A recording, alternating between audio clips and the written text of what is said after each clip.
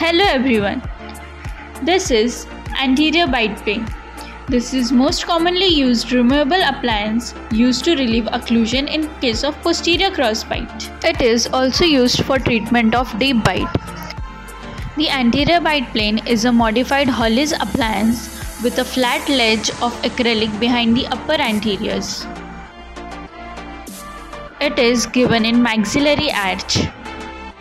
Components of anterior bite plane consist of a labial bow incorporated to counter any forward component of force on the upper anteriors. It also consists of Adam clasps on the molars which help in retaining the appliance.